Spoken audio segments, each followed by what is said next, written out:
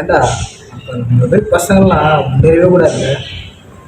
சினிமாவில் ட்ரை பண்ணுறதுக்காக எவ்வளோ ஆடிஷன் போகிறோம், எவ்வளோ ரிஹர்சல் பண்ணுறோம், எவ்வளோ ப்ராக்டிஸ் பண்ணுறோம்.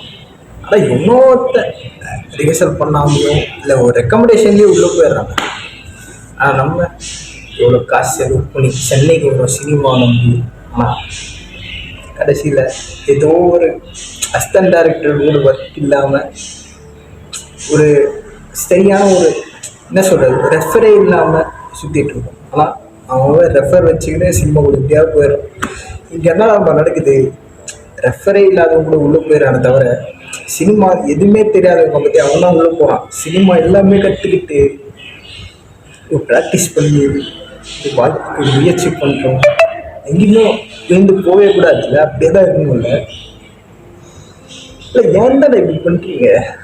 நாங்கள் என்னடா பண்ணுவோம்? இல்லை என்னடா போகிறது சினிமா நல்லா வேலைக்கு ஆகுது. இப்போ தானே செருப்படி வாங்கியிருக்கோம். மொதல் செருப்படி தானே. இன்னும் ஏகப்பட்ட செருப்படிகள் இருக்குது வாழ்க்கையில். இன்னும் எவ்வளவோ இருக்குது பார்க்க. அதெல்லாம் பார்த்துட்டு பொறுமையாக போகலாம்.